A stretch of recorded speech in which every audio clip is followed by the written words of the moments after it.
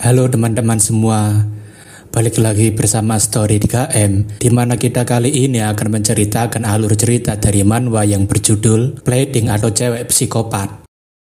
Sebelum masuk, alur cerita ini akan mengandung unsur kekerasan yang sadis yang mungkin akan mengganggu sebagian dari pendengar dan tidak pantas untuk ditiru. Baiklah, langsung saja kita masuk ke dalam alur ceritanya. Kang Ahyun menanyakan memangnya situasi sialan macam apa ini. Apakah mereka yakin jika Hyena ini adalah putri tunggal dari wakil presiden perusahaan Hyundai Group? Yejin mengatakan dirinya sudah memeriksanya berulang kali, dan kalau dia masih tidak percaya, coba saja cek sendiri di dalam ponsel mahalnya itu. Ahyun menanyakan kenapa seorang anak kaya malah bersikap seperti rakyat jelata, padahal dia bisa menunjukkan kekuasaannya. Hyunjin menanyakan apakah itu berarti mereka semua akan terkena masalah karena telah membuli satu-satunya putri dari konglomerat itu. Baedoa mengatakan jangan melibatkan dirinya dalam masalah ini, padahal dirinya tidak pernah melakukan apapun pada Hyena. Ahyun menanyakan apakah dia mau kabur seorang diri, padahal biasanya dia menikmati melihat Hyena menderita. Akan tetapi, Hyena yang naif mengatakan agar mereka tidak perlu khawatir karena dirinya tidak akan membalas dendam pada mereka dan akan menyelesaikannya baik-baik. Hyunjin tentunya mengatakan kalau begitu apakah sebaiknya mereka lepaskan saja dan mereka akan selamat dari situasi ini. Akan tetapi, Yejin mengatakan kenapa dia dengan begitu bodohnya percaya omongan orang ini, apakah dia tidak berpikir jika Hyena akan menusuk mereka dari belakang. Hyena mengatakan dirinya serius mengatakan ini, tapi Yejin mengatakan sebaiknya mereka lupakan saja berbicara baik-baik dengan wanita ini. Yejin mengatakan meskipun dia tinggal seorang diri, tetapi apakah mungkin jika anak dari seorang konglomerat tidak memiliki seorang pengawal di rumahnya? Yejin mengatakan pada akhirnya hanya masalah waktu saja sampai mereka tahu dan orang tua mereka akan dalam masalah besar. Ahyun mengatakan apakah dia berencana mengurung Hyena di sini selamanya, tapi Yejin mengatakan itulah sebabnya mereka harus mencari solusinya. Ahyun dan Yejin terus-menerus berdebat soal apa yang harus mereka lakukan, bahkan Hyunjin harus sampai melerai mereka. Ahyun yang kesal tentunya menanyakan di mana orang yang menyuruh mereka berkumpul di sini, kenapa dia malah sibuk berjalan-jalan. Namun bersamaan dengan itu, bos terakhir akhirnya muncul sembari mengatakan kenapa mereka ribut sekali seperti seorang pecundang. Cha So-hyun mengatakan bagaimana bisa para pengecut seperti mereka takut hanya karena dia adalah salah satu dari generasi ketiga konglomerat yang baru. Yejin mengatakan memangnya dari mana saja dia, dan Cha So-hyun mengatakan dirinya tadi pulang untuk mengambil sesuatu. Yejin mengatakan dia tidak mengatakan apapun tadi, tapi Cha So-hyun mengatakan sebaiknya dia diam saja dan tidak ikut campur urusannya. Cha So-hyun menanyakan kalau Hyena ini memang seorang pewaris konglomerat generasi ketiga, memangnya dia ini bisa apa? Sambil menginjak Hyena, Cha So-hyun mengatakan jika ayahnya adalah calon presiden berikutnya dan seorang konglomerat generasi baru bukan apa-apa baginya. Yejin mengatakan meskipun ayahnya itu adalah penguasa partai, tapi bukankah ini sudah berlebihan? Tapi Cha So-hyun mengatakan jangan jadi orang yang sok pintar. So-hyun mengatakan kalau dia menonton berita, maka dia akan tahu kalau paman-paman yang masuk ke penjara itu adalah bawahan ayahnya. Ahyun mengatakan jika hidup ini memang seperti sebuah lelucon, dan Hyunjin mengatakan sepertinya ini akan membuang waktu saja. So-hyun mengatakan bagaimana bisa dirinya dibandingkan dengan konglomerat baru, dan Hyena mengatakan seharusnya dia malu. So-hyun menanyakan apa maksudnya barusan, dan Hyena mengatakan seharusnya dia malu karena bertingkah tidak tahu malu, padahal ayahnya adalah seseorang yang terpandang. So-hyun yang mendengarnya tentunya mengatakan apakah dia pikir dia itu tokoh utama dalam cerita Naruto yang ahli dalam berceramah. So-hyun mengatakan jika Hyena salah besar jika menganggap ayahnya adalah pendukungnya, padahal ayahnya itu hanyalah seekor anjing peliharaannya. So-hyun menanyakan apakah itu terlalu tidak sopan untuk dikatakan di hadapan anak baik-baik seperti dia, tapi bukankah dia itu memang terlalu naif? So-hyun mengatakan apakah dia tahu kalau di dalam flashdisk ini terdapat nyawa ayahnya sendiri yang sedang terancam dan bisa mati di tangannya kapanpun. So-hyun mengatakan setahun yang lalu dirinya mengenal sepupunya Baedoa yang merupakan seorang hacker terkenal. So-hyun mengatakan jika dirinya mendapatkan rootkit dari sepupunya Baedoa dan memasangnya di laptop ayahnya selama 6 bulan. Alhasil, dirinya bisa mendapatkan dana gelap politik ayahnya yang disimpan dalam bentuk kripto dan mendapatkan uang sebanyak 23 miliar won.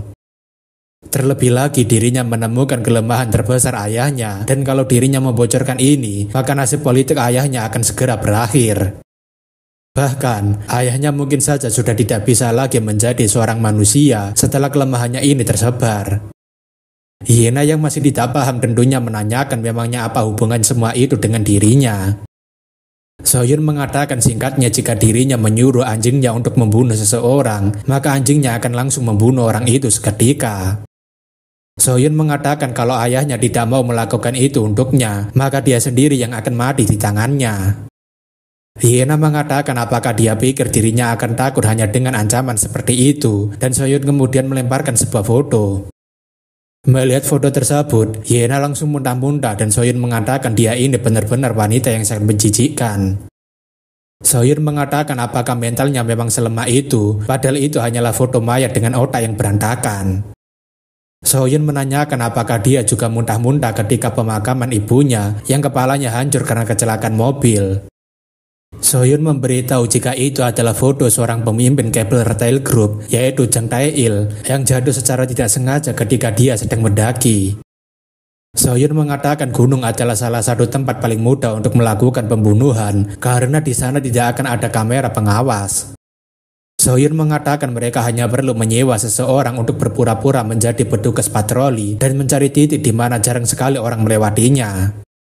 Dengan kondisi yang tepat, mereka akan mendorong target agar terjatuh dari gunung dan menyebabkan kecelakaan seperti tidak disengaja. Soyun mengatakan dirinya tidak memiliki dendam apapun kepada ketua cabang retail group itu, hanya saja dirinya ingin tahu semudah apa ayahnya membunuh seorang konglomerat. Soyun mengatakan apakah Hyena yang datang ke sekolah ini diperintahkan ayahnya untuk mencari kelemahannya dan sepertinya dirinya harus membunuh ayahnya itu. Soyun mengatakan membunuh ayahnya itu sangatlah mudah, bahkan dirinya sudah tahu kebiasaan apa yang dilakukan oleh ayahnya itu ketika bangun pagi. Soyun mengatakan dirinya sudah memikirkan berbagai macam cara untuk membunuh ayahnya itu, dan terlihat seperti sebuah kecelakaan yang tidak disengaja. Hyena tentunya mengatakan jangan lakukan itu, tapi wanita iblis itu langsung memukul Hyena sembari mengatakan apakah dirinya perlu menyewa seorang assassin untuk membunuh ayahnya itu. Soyun mengatakan kalau begitu apakah dirinya harus membuatnya dan ayahnya itu mati secara bersamaan dengan cara gantung diri karena tidak kuat menjalani hidup. Yang ngomong kalau admin banyak bacot, coba aja baca sendiri komiknya. Satu chapter ini isinya bacot semua emang. Bahkan admin sendiri sudah capek ngeringkas semua isi pembicaraannya. Ya, intinya keempat anak buah Cha Soyun tidak ada yang berani menghentikan kesadisan orang ini yang memperlakukan Hyena dengan berbagai macam siksaan dan juga ancaman. Pada akhirnya, Cha Soyun mengatakan mulai dari sekarang Hyena adalah mainannya, dan kalau dia sampai berani melawannya, maka ayahnya yang akan mati di tangannya. Myungjeon tentunya hanya bisa meminta maaf pada putrinya karena tidak memperhatikan sekolahnya karena disibukkan audit nasional. Myungjeon meminta maaf karena telah melemparkan putrinya ke sarang iblis dan membuatnya menderita tanpa adanya seseorang yang berani menolongnya. Oleh karena itu, kali ini dirinya akan memastikan jika para iblis itu tidak akan mendapatkan kehidupan yang tenang di dunia ini. Myungjeon bersumpah akan menyeret mereka semua ke neraka yang sesungguhnya dan menghancurkan mereka sepenuhnya meski itu akan membuatnya menjadi seperti seorang raja iblis. Sekarang ini, para siswi sedang memperhatikan Garam yang sedang berjalan keluar dari sekolah sambil mengatakan akhirnya orang itu benar-benar pergi. Penggosip handal mengatakan baru sebulan dia pindah kemari, tapi sekarang dia pindah sekolah lagi seperti sosok legendaris. Penggosip handal mengatakan kelas mereka seperti terkena kutukan dengan menghilangnya ketiga orang yang biasanya bikin gaduh. Meskipun orang itu memang anak nakal, tetapi Yejen akhirnya meninggal dalam kecelakaan maut yang sangat mengerikan. Sementara itu, Hyunjin memutuskan untuk keluar dari sekolah dikarenakan ada masalah keluarga dan tidak bisa melanjutkan sekolahnya lagi. Di sisi lain, Garam yang menjadi murid pindahan malah pindah sekolah lagi, seperti dia adalah badai yang telah menyapu bersih sekolah ini. Rambut hitam menanyakan apakah Soyung tidak merasa kecewa, padahal dia sudah tidak akan bisa lagi melihat wajah gantengnya Garam itu. Soyun mengatakan memang sangat disayangkan, jadi apakah sebaiknya dirinya foto bersama orang itu beberapa kali. Sehe dan Jejin sendiri menangis gembira karena akhirnya mereka bisa lepas dari genggaman Garam yang selama ini menghantui mereka. Sehe mengatakan mulai dari sekarang mereka harus menjadi murid baik-baik karena sekarang pasti akan banyak orang yang mengincar mereka. Jejin menanyakan kalau begitu bagaimana caranya karena anak nakal dari kelas 4 memiliki dendam pada mereka. Sehe dan Jejin akhirnya menangis lagi karena beberapa orang yang masih memiliki dendam pada mereka masih berada di sekolah ini. Sementara itu, Jian tidak ingin berpisah dengan Garam begitu saja, bahkan dirinya saja belum bisa memberikan balasan apapun padanya. Jian yang tidak ingin Garam pergi tanpa berpamitan padanya tentunya langsung pergi keluar, dan Soyoung menanyakan memangnya Jian mau pergi kemana. Setelah berlari melewati berbagai rintangan yang tiada henti, Jian akhirnya telah tiba di belakang Garam dan memanggil namanya. Melihat jika itu adalah Jian, Garam tentunya menanyakan kenapa Jian berlari sampai terengah-engah seperti itu. Jian mengatakan sebelum Garam pergi meninggalkan sekolah ini, dirinya ingin mengatakan sesuatu padanya. Jian mengatakan dirinya sangat berterima kasih pada Garam, dan kalau bukan karena dia, dirinya mungkin sudah keluar dari sini. Jian mengatakan selama ini kehidupannya di sekolah bagaikan neraka karena adanya Yunjin dan juga gengnya yang mengganggunya. Jian mengatakan dirinya benar-benar menderita sampai ingin mengakhiri semuanya berkali-kali, tapi akhirnya ada seseorang datang membantunya. Jian mengatakan meskipun dirinya dan Garam jarang sekali berbicara, tetapi baginya Garam adalah seorang penyelamat, jadi dirinya ingin berterima kasih padanya. Melihat bagaimana Yujin berterima kasih sembari menangis, itu malah membuat Garam teringat akan masa lalunya ketika masih bersama dengan ayahnya. Waktu itu, Garam memohon agar ayahnya berbicara padanya dan katakan kenapa dia tidak mencoba berbicara apapun padanya. Garam mengatakan dirinya sudah berusaha sebaik mungkin demi ayah dan menjalani eksperimen ini tanpa adanya kendala. Garam ingin agar ayah angkat memberikannya pujian padanya karena hari ini Garam sama sekali tidak merengek untuk dikeluarkan. Garam terus-menerus memohon agar ayahnya berbicara padanya dan memujinya karena sudah berhasil bertahan dalam eksperimen ini. Garam memohon agar ayahnya memberikan pujian padanya agar dirinya bisa tetap bertahan dan menjadi eksperimen penting bagi ayahnya. Akan tetapi, rengekan Garam tidak didengarkan sama sekali oleh ayahnya dan ini membuat Adwin jadinya ikutan sedih melihat Garam yang menangis. Kembali ke waktu sekarang, Jian mengatakan dirinya benar-benar berterima kasih padanya dan dirinya tidak akan pernah melupakan kebaikan Garam. Entah apa yang sedang dipikirkan oleh Garam saat ini ketika melihat ekspresi Jian yang sama seperti dirinya dulu, tapi dia hanya tersenyum kecil. Sambil memeluk Jian, Garam mengatakan jika Jian tidak perlu seperti itu, padahal mereka ini adalah teman satu kelas. Garam mengatakan bukankah waktu itu Jian ingin makan bersamanya, jadi apakah dia mau makan bersama dengannya sekarang, dan Jian mengatakan dirinya akan mentraktirnya. Garam mengatakan dirinya hanya perlu menggunakan uang dari ayah angkatnya saja, tapi Jian harus bolos sekolah jika ingin membalas budi pada Garam. Jian yang senang tentunya mengatakan kalau begitu hari ini dirinya akan membolos sekolah dan bermain bersama dengan Garam. Garam mengatakan kalau begitu mari kita main sepuasnya, entah apa yang akan terjadi nantinya, semoga aja Jian tidak menjadi korban mainannya Garam. Sekretaris baik yang mengawasi Garam berpikir jika tes psikopati yaitu CAPP yang dilakukan lembaga pemerintahan pada Garam dilakukan setelah dia melarikan diri dari Korut. Karena itu merupakan situasi khusus yang berfokus pada tindakan kriminal masa lalunya sehingga hasilnya menjadi sangat bias. Terlebih, karena dia adalah seorang pembelot tanpa adanya ikatan apapun, tes psikopati CAPP tidak memiliki data laporan yang lengkap dari pihak ketiga, sehingga hasilnya tidak lengkap dan kurang dapat diandalkan. Berdasarkan hasil evaluasi jangka panjang yang diminta khusus oleh wakil presiden dan dilakukan oleh seorang profesor universitas, Garam memang memiliki banyak sekali ciri-ciri sebagai seorang psikopat. Namun di saat yang bersamaan, ada perbedaan yang sangat jelas yang membedakan Garam dengan psikopat lainnya, yaitu Garam memiliki 3 ciri khusus. Sekretaris baik rasa jika dirinya memiliki harapan dalam 3 ciri khusus tersebut, dan seharusnya ini bisa menjadi makna baru yang bisa dirinya berikan. Sekretaris baik ingin agar Garam yang akan membuka pintu kehidupan baru Pak Wakil Presiden setelah dia menyelesaikan semua balas dendamnya. Sekarang ini di sebuah minimarket, tampaknya Eugene yang harus melunasi semua hutang keluarganya tidak memiliki pilihan lain selain menjadi seorang kasir. Namun secara tidak sengaja ketika Eugene menyambut seorang pelanggan, dia malah bertemu dengan Minwo bersama dengan gengnya. Minwo mengatakan sepertinya mereka mendapatkan kejutan yang sangat luar biasa karena bisa bertemu dengan anjing Chihuahua yang sangat terkenal itu. Minwo mengatakan dirinya sudah mondar-mandir di sekolahan untuk mencarinya, tapi rupanya anjing paling terkenal itu sudah bekerja sebagai seorang kasir. Teman Minwo mengatakan agar Eugene segera menggonggong seperti anjing, dan bukankah ini adalah salah satu fasilitas dari minimarketnya?